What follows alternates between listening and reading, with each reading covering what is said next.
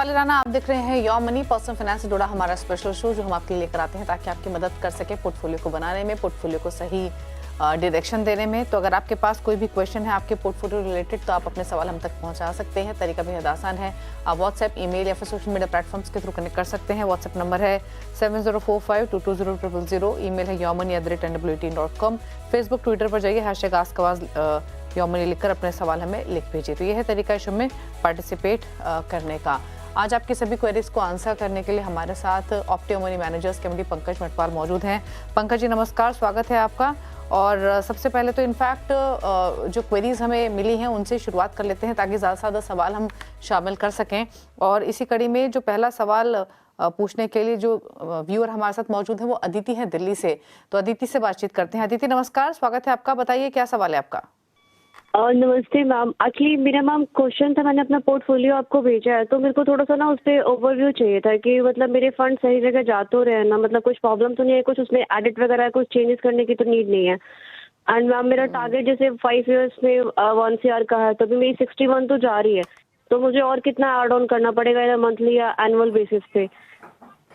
And ma'am मेरा one question ये भी था कि जैसे हम लोग SIP करते हैं ना मैम, तो जैसे बताया जाता है कि आप डायरेक्ट प्लान चूज करें, बट अगर किसी भी प्लेटफॉर्म पे हम लोग जाते हैं तो वहाँ पे ग्रोथ प्लान ही हमें सजेशन होता है। चाहे हम HDFC में चले जाए, किसी भी XYZ प्लेटफॉर्म पे जाते हैं तो हमें ग्रोथ प्लान ही चूज करने के लिए बोला जाता है। तो हम कैसे हम खुद से डायरेक्ट प्लान चूज कर सकते हैं, उसके लिए भी मेरे को थोड़ा सा उस पर एडवाइस चाहिए था।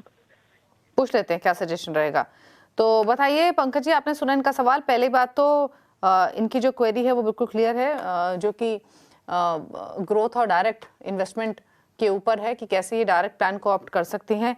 लेकिन अगर बात करें इनके क्वेश्चन की तो इन्होंने ये यंग इन्वेस्टर हैं और इंटरेस्टिंग ये है कि सिर्फ 28 इयर्स की हैं और 61,000 की इनकी SIP चल रही है।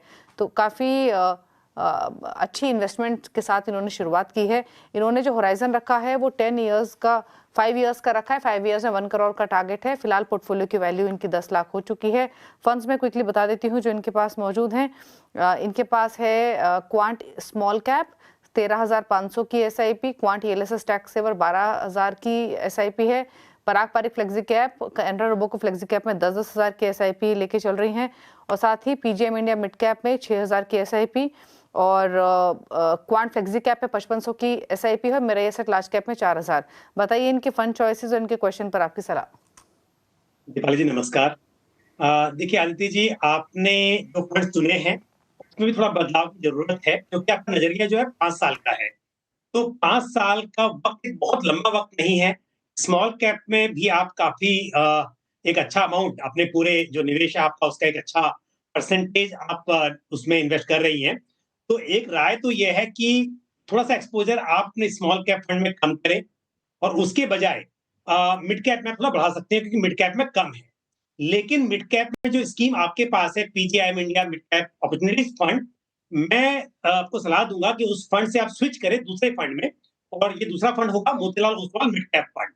तो आपको PGIM India mid cap opportunities से निकलकर मोतीलाल ओसवाल मिड कैप में जाना है। और क्योंकि फिलहाल जो अमाउंट आप निवेश कर रही हैं मिड कैप में, उसको थोड़ा बढ़ाना है आपको। अभी 6,000 रुपए का निवेश हो रहा है आपका, तो आप जब आप मोतीलाल ओसवाल मिड कैप में करेंगे तो वहां पे अमाउंट बढ़ा सकती हैं।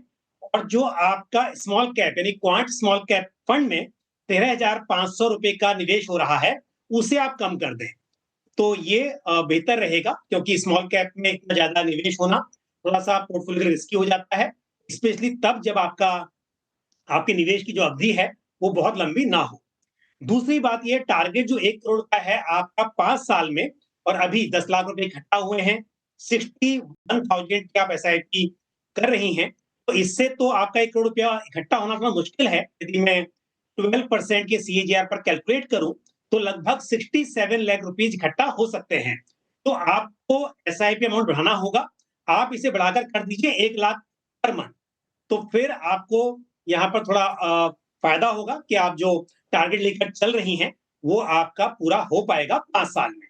तो ये तो सवाल जो आपका था पोर्टफोलियो को लेकर, उस पर मेरी राय है। जो अगला सवाल आपका था कि ग्रोथ और डायरेक्ट, तो ग्रोथ और डायरेक्ट नहीं होता है, रेगुलर और डायरेक्ट होता है। ग्रोथ और IDCW एक चीज है, यानी कि आप जब निवेश करते हैं तो आपको क्या ऑप्शन चाहिए? ग्रोथ में आपको कोई डिविडेंड या इनकम डिस्ट्रीब्यूशन कम विड्रॉल जिसको हम बोलते हैं, आप वो नहीं मिलता, बल्कि एनएवी बढ़ती रहती है। तो एक चीज होती है आईडीसीडब्ल्यू वर्सेस ग्रोथ। पर आपका जो सवाल था कि डायरेक्ट में इन्वेस्ट करना है, तो डायरेक्ट वर्सेस रेगुलर होता है।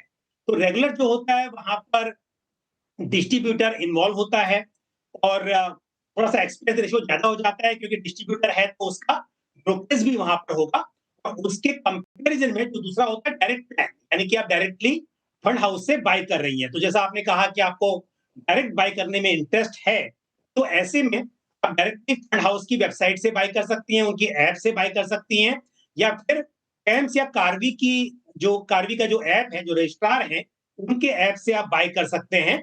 तो इस तरह से या एनएससी का एक प्लेटफॉर्म है, नेशनल स्टॉक एक्सचेंज का एक प्लेटफॉर्म है, एनएससी MF2 करके, तो उससे भी आप बाय कर सकती हैं। लेकिन यदि आप किसी बैंक की वेबसाइट या उनके ऐप से करेंगे, तो बेशक क्योंकि वो डिस्ट्रीब्यूटर हैं म्यूचुअल फंड के या फिर कोई अलग इंडिविजुअल पर्सन यदि कोई म्यूचुअल फंड डिस्ट्रीब्यूटर है, तो वो डायरेक्ट प्लान नहीं सेल करेगा क्योंकि अगर वो इन्वॉल्व है, तो डेफिनिटली वो रेगुलर प्लान ही आपको देगा। बैंक भी यहाँ पर क्योंकि एक डिस्ट्रीब्यूटर की तरह काम कर रही है, तो वो भी आपको रेगुलर प्लान देंगे। अगर डायरेक्ट प्लान आपको चाहिए, तो आपको डायरेक्टली फंड हाउस से, उनके रजिस्ट्रार से या एनएससी से डायरेक्टली बाय करने पड़ेंगे या फिर कुछ ऐप भी हो सकते हैं, जो डायरेक्ट प्लान सेल करते हैं और बैंक्स आपको अधिकतर रेगुलर प्लान ही ऑफर करेंगे। ओके, चलिए, तो ये रही सलाह अदिति आपके लिए। अब बात करते हैं प्रशांत जोग से। अगले व्यूअर हमारे साथ मुंबई से कनेक्टेड है। प्रशांत जी नमस्कार, पूछिए क्या सवाल है आपका। हाँ नमस्कार madam, good evening. Good evening. मेरा सवाल है कि मैं अभी आई एम 56 ईयर्स ओल्ड। अगला 2 साल में मैं रिटायर हो जाऊंगा और रिटायर होने के बाद मुझे अराउंड 40 लाख रिटायरमेंट कॉर्पस मिल सकता है। तो उसको कैसे इन्वेस्ट करने का है कि मुझे मंथली अराउंड 30,000 मिल सके हर महीना अगले 10-15 साल के लिए।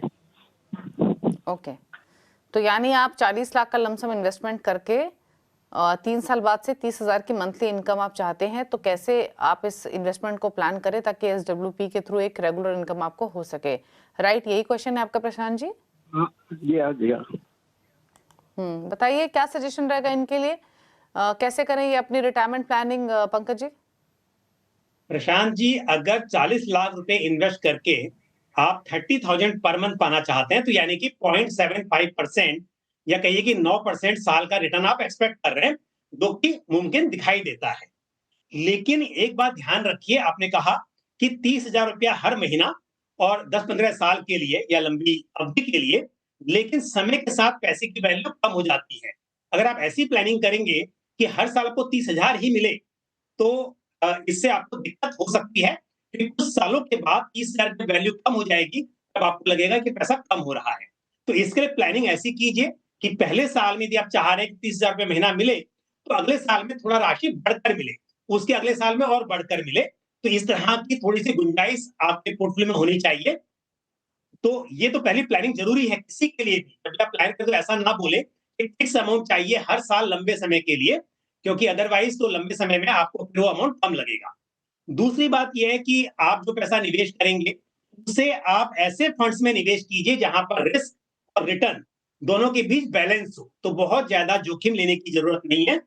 रिटर्न थोड़ा सा कम हो सकता है, क्योंकि यदि इक्विटी की बात करूं तो मैं 12-15% की उम्मीद रख सकता था, लेकिन आपके लिए मैं हाइब्रिड फंड का सुझाव दूंगा जहां पर डेट और इक्विटी होगा। तो रिटर्न थोड़े से कम मिलेंगे, लेकिन आपका थोड़ा सा पैसा जो है सेफ रहेगा। तो इस तरह से आप हाइब्रिड फंड्स में निवेश कीजिए। और दूसरी बात जो कि आप कह रहे हैं कि 2 साल के बाद मिलेगा, फिर आप निवेश करेंगे, फिर 3 साल तक निवेशित रहेंगे और उसके बाद आप विथड्रॉ करना स्टार्ट करेंगे, तो 3 साल में पैसा बढ़ भी चुका होगा, तो आपको 30,000 रुपए से शुरुआत करने में दिक्कत नहीं होगी। लेकिन जैसे पहले साल आप एसडब्ल्यूबी करते हैं 30,000 की, अगले साल थोड़ा बदलाव कीजिए, उसमें 30,000 को बढ़ाकर 32,000, 33,000 इस तरह से एक अमाउंट आप डिसाइड कर सकते हैं। तो हर साल अमाउंट को बढ़ाते रहिए। स्कीम के नाम बता देता हूँ इस वक्त पर, लेकिन क्योंकि आपको लगेगा 2 साल के बाद ये जरूरत जो है इन्वेस्ट करने की, उस वक्त पर क्या स्थिति होगी, किस तरह की स्कीम रहेंगी, आप दोबारा से उस वक्त फिर से सवाल पूछ सकते हैं।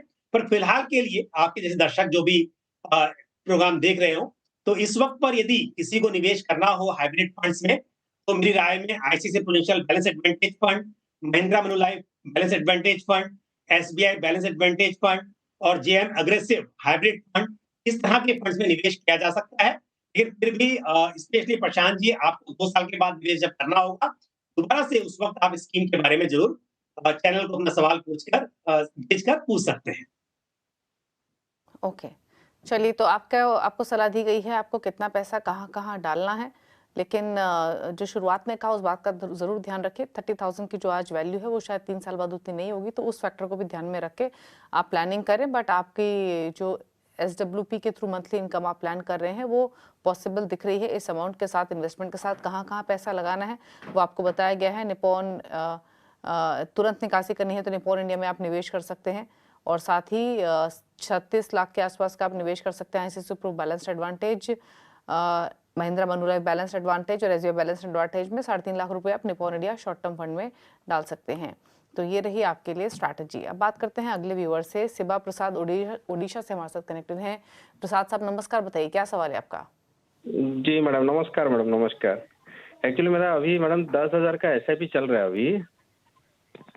हेलो, 10,000 का SIP चल रहा है, उसको बढ़ा के 90,000 करना है उसको। बताइए आगे क्या सवाल है आपका? जी हेलो, आगे बताइए क्या जानना चाहते हैं आप? जी अभी जो 90,000 में SIP करूंगा वो किसमें कौन सा इसमें करना है? मेरा अभी चल रहा है HDFC फ्लेक्सी में चल रहा है, SBI कंट्रा और ICICI प्रूडेंशियल और मोतीलाल ओसवाल और निपॉन इंडिया स्मॉल कैप में चल रहा है मैडम अभी। ठीक है, पूछ लेते हैं तो। और ये 20 लाख का लमसम इन्वेस्टमेंट भी करना है आपको? जी 20 लाख का जो लमसम करना है, मेरा जो फिक्स डिपॉजिट है उसको निकाल के मैं 20 लाख का लमसम भी करना है मेरा को। गॉट इट, ठीक है। चलिए, तो पहले मैं इनका पोर्टफोलियो बता देती हूँ एग्जिस्टिंग, जहाँ पर ट्रेडिशनल और बाकी इन्वेस्टमेंट्स इनके पास हैं। PF में मंथली 12,500 डाल रहे हैं, PPF में अब तक 8 लाख का कॉर्पस हो चुका है, RD में भी मंथली 10,000 का निवेश कर रहे हैं। तो ये इनकी ट्रेडिशनल इन्वेस्टमेंट है।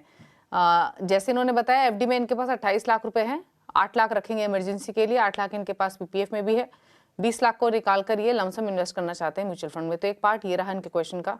दूसरा, इनके भी SIP सिर्फ 10,000 के, लेकिन सीधे 1 लाख रुपए के SIP ये करने का प्लान कर रहे हैं, यानी 90,000 ऐड करेंगे। फिलहाल 10,000 5 फंड में डाल रहे हैं, जिससे flexi cap, SBI counter, ICICI Pru equity index, Nippon India small cap और मोतीलाल ओसवाल। क्या सजेशन इनके लिए? देखिए शिवा जी, अच्छा है कि आपने अभी डिसाइड किया 10,000 रुपीज की SIP चल रही है, जिसे बढ़ाकर 90,000 और करना चाहते हैं, यानी 1 लाख की आप SIP करेंगे। तो कुछ फंड्स तो आपके जो पोर्टफोलियो में हैं उन्हीं में आप बढ़ा सकते हैं, कुछ नए फंड्स ऐड किए जा सकते हैं। लेकिन जो फंड्स आपने बताया उसमें थोड़ी सी इंफॉर्मेशन थोड़ी कम है। जैसे आपने कहा मोतीलाल ओसवाल, ICICI प्रूडेंशियल, ये तो नाम हुए फंड हाउस के, लेकिन ICICI प्रूडेंशियल म्यूचुअल फंड की कौन सी स्कीम है, मोतीलाल ओसवाल म्यूचुअल फंड में कौन सी स्कीम है, ये भी जानना बहुत जरूरी है। तो अब फिलहाल मैं आपको बताता हूँ कौन सी स्कीम होनी चाहिए। पहले बात करते हैं SIP की। SIP के लिए ICICI Prudential large and mid cap fund, इसमें आप SIP कीजिए। Kotak multi cap fund, Motilal Oswal mid cap fund, Nippon India small cap fund और Bajaj Finserv flexi cap fund. तो ये आपके पास में 5 फंड्स रहेंगे, इनमें आप SIP करेंगे। तो इनमें से ऑलरेडी जो है उनमें जारी रखिए, अमाउंट को बढ़ा लीजिए, और जो नया मैंने बताया उसको आप ऐड कर सकते हैं। क्योंकि मान लीजिए कि मोतीलाल ओसवाल आपने खाली कंपनी नाम बताया, अगर वो मिड कैप फंड है तो उसे बढ़ा सकते हैं, नहीं है तो आप ऐड कर लीजिए।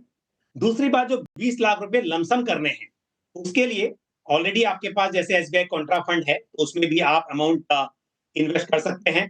Kotak multi cap fund, HDFC flexi cap fund और ICICI Prudential large and mid cap fund. तो अगेन, क्योंकि कुछ स्कीम ऑलरेडी पोर्टफोलियो में है, तो मैं नई स्कीम ऐड करने की बजाय सलाह दे रहा हूं कि उसमें बढ़ाया जा सकता है। तो इस तरह से 4 नाम आपको बताया मैंने, 5-5 लाख करके चारों में 20 लाख को डिवाइड कर दीजिए, और SIP के लिए जो नाम बताया मैंने उनमें आप आगे SIP कर सकते हैं।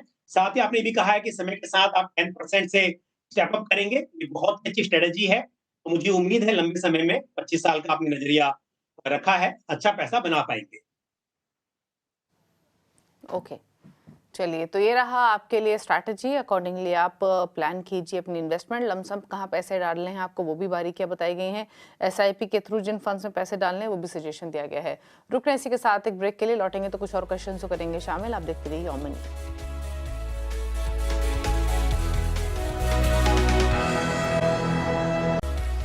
आप देख रहे हैं यौवनी। पंकज उटपाल हमारे साथ बने हुए आपकी क्वेरीज को आंसर करने के लिए। सवाल लेते हैं कुछ और एक सवाल हमें ईमेल के थ्रू भेजा है अमिता ने, इनका क्वेश्चन ले लेते हैं। सवाल इन्होंने भेजा है दिल्ली से। एसआईपी चल रही है इनकी 1.25 लाख रुपए की और अक्टूबर से ही इन्होंने इन्वेस्टमेंट्स की शुरुआत की है, न्यूली पोर्टफोलियो क्रिएट किया है। 20 ईयर्स का होराइजन है। कितना कॉर्पस इकट्ठा हो पाएगा जानना चाहते हैं। साथ ही फंड सिलेक्शन कैसा है इस पर भी राय चाहिए। Edelweiss Nifty large mid cap में 25,000 ईच डाल रही हैं। पराग पारिक फ्लेक्सी कैप, बंधन निफ्टी 50 इंडेक्स, एसबीआई कॉन्ट्रा में 15,000 डाल रही हैं। सैमको मल्टी कैप में और मोतीलाल ओसवाल स्मॉल कैप में 10,000। बताइए क्या सजेशन इनके लिए। देखिए 12% के कंपाउंडेड एनुअल ग्रोथ रेट के हिसाब से कैलकुलेट किया जाए तो 1,25,000 की एसआईपी से 20 साल में करीब 1,30,00,000 रुपए इकट्ठा हो सकते हैं। और यदि वहीं ये स्टेप अप कर ले 10% से हर साल, तो उसी 20 साल में करीब 4,65,00,000 रुपए इकट्ठा हो सकते हैं। तो एक राय ये है कि यहाँ पर स्टेप अप जरूर करना चाहिए, लंबी अवधि में इसका फायदा होगा। दूसरी बात, स्कीम्स में सिर्फ एक स्कीम में बदलाव करने की जरूरत है, वो है सैमको मल्टी कैप फंड। उससे आप स्विच कर लें Motilal Oswal mid cap fund में, क्योंकि मिड कैप फंड के पास में नहीं है, वहां पर ये स्विच करें। और small cap large cap already है, तो बाकी सब कुछ ठीक है। एक फंड की में बदलाव की जरूरत है और दूसरा स्टेप अप करना है 10% से, ये मेरी राय है। ओके, एक और सवाल लेते हैं और ईमेल के थ्रू अमित ने सवाल भेजा है हिमाचल प्रदेश से। 33 साल इनकी उम्र है। 5,000 की मंथली एसआईपी है। पोर्टफोलियो की वैल्यू है 51,000। रिटायरमेंट के लिए निवेश कर रहे हैं, तो मान के चलें कि 20-25 साल का होराइजन तो ये लेकर चलेंगे ही। फंड्स कौन से हैं? एचडीएफसी निफ्टी 50 इंडेक्स फंड 2,000 रुपये महीना, 1500 ईच डाल रहे हैं ये एचडीएफसी मिड कैप और एक्सिस स्मॉल कैप में। अन्य निवेश कहाँ है? पीपीएफ में है 7,500 रुपये महीना। एजीआईएफ, एलआईसी, आरडी, 2 आरडी भी इनकी चल रही हैं अलग अलग बैंकों के साथ। तो ट्रेडिशनल इन्वेस्टमेंट्स भी हैं कुछ इनकी। बताइए क्या सजेशन। देखिए इनके जो गोल्स हैं उस हिसाब से जो इन्वेस्टमेंट हो रहा है वो सही नहीं है, क्योंकि एजुकेशन में हम जानते हैं कि 10% से ज्यादा का इन्फ्लेशन रहता है और जो रिटर्न्स इनको मिल रहे हैं या आरडी पर या पोस्ट ऑफिस स्कीम्स या फिर एलआईसी की पॉलिसी, यहाँ पर आप 6% के आसपास या 7% के आसपास रिटर्न एक्सपेक्ट करते हैं। पैसे में जरूरत यह है कि जो म्यूचुअल फंड्स में इन्वेस्ट कर रहे हैं वहां पर अमाउंट बढ़ाया जाए। स्कीम तीनों सही हैं, तीनों स्कीम में आप एसआईपी का अमाउंट बढ़ाइए। बाकी जो स्कीम जहां आरडी वगैरह कर रहे हैं उसमें आप कम कर सकते हैं। ये बेहतर रहेगा आपके गोल्स अचीव करने के लिए। ओके, चलिए तो ये रही सजेशन आपके पोर्टफोलियो को लेकर। अब पता कर लेते हैं पंकज जी के टॉप 4 फंड्स कौन से हैं। और पंकज जी बताइए लॉन्ग टर्म के हिसाब से कौन से फंड्स आपने पिक किए हैं। तो देखिए ICICI Prudential multi asset fund, Bajaj Finserv का flexi cap fund, Motilal Oswal mid cap जी। फंड और साथ ही Mahindra Manulife small cap fund. ये हैं 4 फंड जिनके साथ आप लॉन्ग टर्म के लिए पोर्टफोलियो बना सकते हैं। लॉन्ग टर्म के हिसाब से पूरा पोर्टफोलियो क्रिएशन की चॉइसेस आपकी स्क्रीन पर हैं, नोट कर लीजिए। ICICI Pru multi asset fund, Bajaj Finserv flexi cap fund, Motilal Oswal mid cap और महिंद्रा मेनुलाइफ स्मॉल कैप।